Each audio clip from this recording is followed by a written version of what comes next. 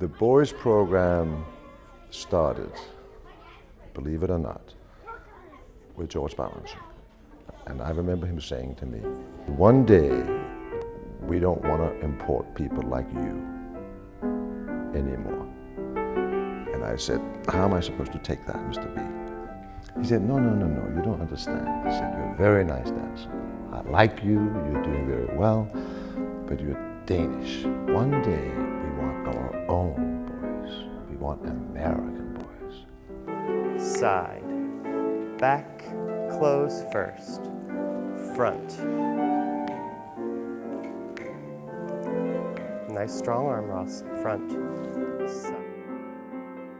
Every little girl wants to be a ballerina, but that wasn't the case with boys. So I wanted to do that and see where it went. And so I decided that maybe we should institute a program for boys, tuition free as an incentive.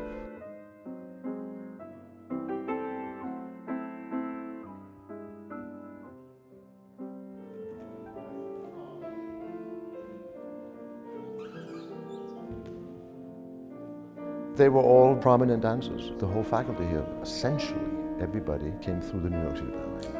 So it's like a perfect circle coming home. And it's what makes it so fine. It is the finest school anywhere.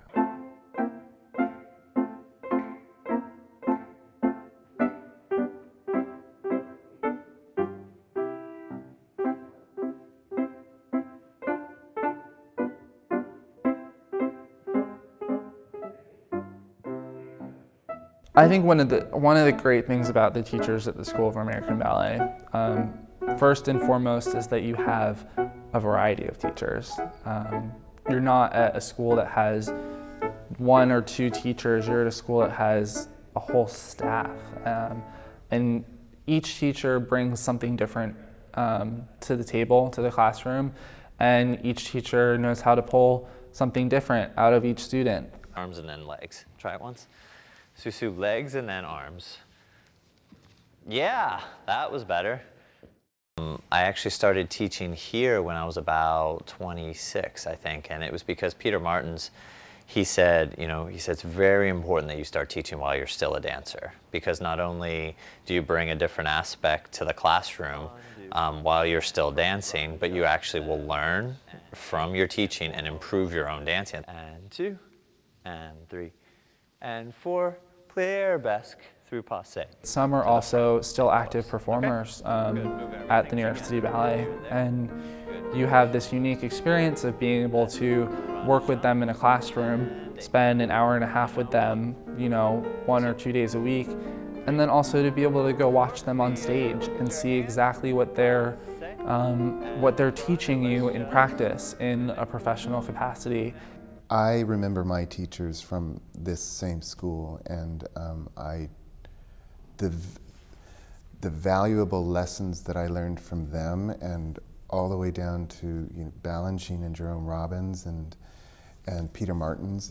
I thought, how could I not take the knowledge I learned from them and then bring it into these kids now? So for me, it's been a complete full circle, from the school through the company back to the school. So, it's a tradition we just want to keep going in the right direction.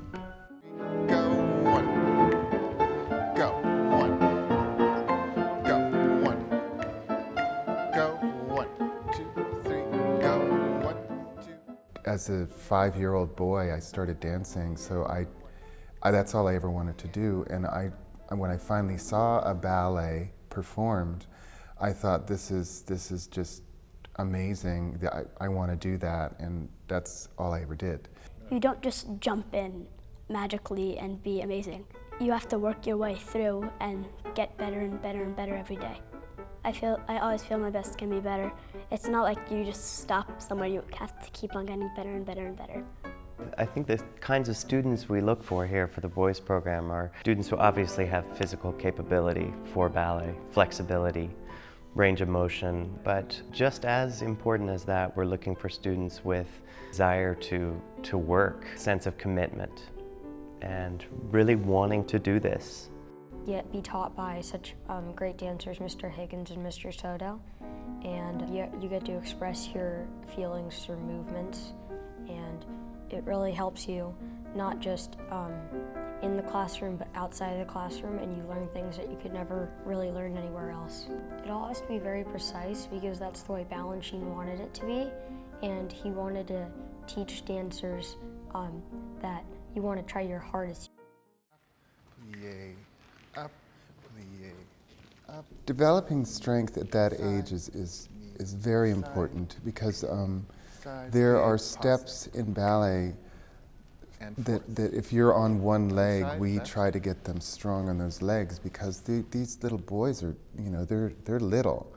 And so we give them stuff at the bar and we watch them and we slowly kind of get their strength better and better and better through the year. Teachers are very supportive and make you feel very comfortable, and they're firm about what they want, but they're not mean ever or make you feel very weird or uncomfortable. They make you feel very happy, and you can express yourself when you're around them. From the first days that I showed up at the School of American Ballet, from week 1, I started to see my body change and my strength grow. You're striving for a perfection, so there's no end point where you say, I've built all the strength that I need. Starting so young at the boys program, really working day in and day out on the technique really helped my body develop in a way that it needed to become the dancer that I am. Dance as an art form and as a sport, you could compare it to many sports, is extremely athletic. It requires a certain development of muscle groups and to develop them in certain ways that no other sport or physical activity asks for. The requirement of extreme flexibility and extreme strength is not really paralleled in many other sports. And on top of that, the ability to have the stamina to get through a class, to have the short sprints of a variation versus the endurance of a whole ballet. Those are things that you really work towards. I kind of think the harder you try, the more you can get out of it. And it's not something where you just kind of relax and take it easy and you'll still get the same thing out of it. I think it's really your mental focus and also determination, and working hard is really a big part of that. Lots of my friends actually admire me doing ballet. They say it's just incredible how you can do this and how much skill you have. And all my friends say you have stamina. You can really stay in a class for a long period of time. Like a professional athlete who might try to progress his stats little by little each year. You have, when you get to the end of a season, you feel like you've danced the best you ever have. That's just a great accomplishment. Especially at this point, I'm in my 30s now. Each season is important to me because I don't know how many I've left, and it's just really that constant push, trying to get a little bit better, trying to do one more turn, trying to jump a little higher, trying to land a little cleaner. And because I've done a lot of the parts now already in my career, so I'm doing them for the second or third or fourth time. And so I'm just constantly trying to progress. So it's that constant challenge as well as the high I get from performing. The most crucial element is whether you have the desire. Preparation arm is 1 and 2. I see that over and over again. It can't just be the parents' desire, it has to be yours. I wanted to do ballet because I saw that a lot of boys were doing ballet, and I started looking for ballet schools, and I found SAB. When I was accepted to SAB, I felt happy, and my parents started crying, and we went yeah. I got my letter and it said, you have been accepted to the School of American Ballet. And I was like, yes, yes, yes, I got it. I'm gonna get to go to School of American Ballet. 1, front, 3, 4, 1, 2, 3, stay, 4. Don't move your arms, Emma. Try not to, that'll keep your balance. Yeah, if our arms are still, now the back leg.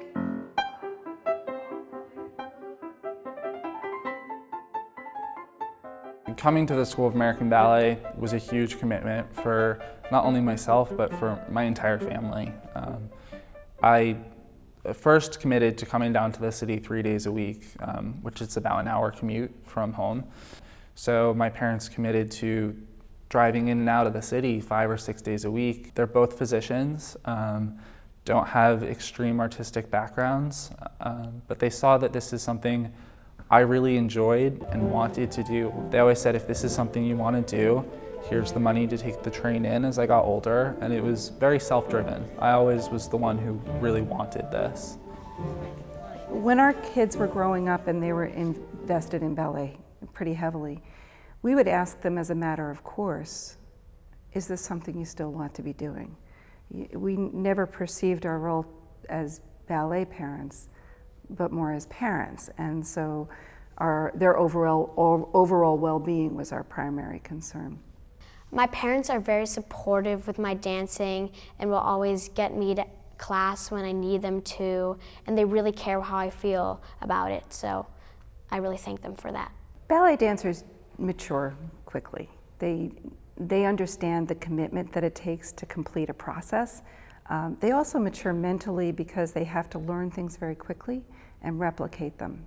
In my classes here, I knew that if I put my work in, that I would see the benefits of it on the other end. And as I saw my hard work pay off in the dance studio and saw myself progressing through levels to the next level the next year at the school, I think that I saw that if I put that energy into my academic studies, that I excelled in exactly the same way. I just have to do everything efficiently and not dilly-dally or procrastinate very much, and I just work hard, and that I really love ballet is why I do manage my time so well.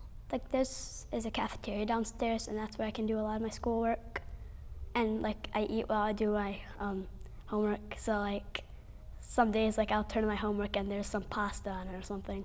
It gives you focus and discipline and determination, and you try really hard, and you're very and you strive for a goal, and you never really give up, and that's what I feel like that you can't get anywhere else. And I want to be a professional dancer, so when I feel like this is probably the best place that I could probably get to in New York City to be a professional dancer. Ballet is one of a kind, and it gives you, and I feel emotionally that I really do love ballet, and it'd be a dream of mine to be a professional dancer, and it's really helped me a lot in school, and really everything I do. I feel like ballet has some connection to it, and whatever it gives you. My hope is that all these boys will become professional dancers because we need good male dancers. Some may not make it, some will. When I was dancing my last year in the company and we were rehearsing, and I just stopped and looked behind me, and those were all students that I taught. So that's when I realized, okay, I think I better retire. I mean, I was just like, these were students from the school. So that is a great feeling. It's a great feeling. It's to see that they've continued, that they still love it. It's a really great feeling. Well, my goal with dancing is to be the best I can be, and maybe someday possibly join a company if I get in. I consider myself very lucky. I'm 23. I have an amazing job. I have a passion.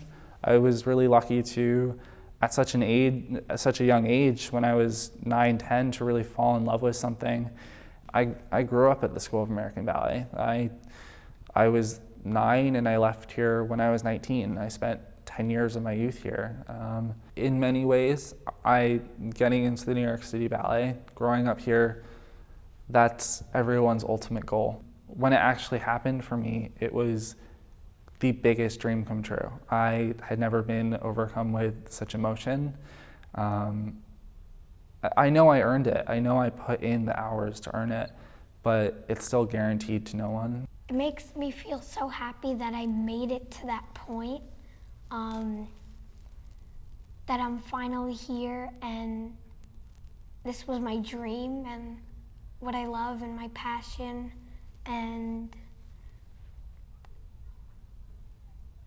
I just love ballet.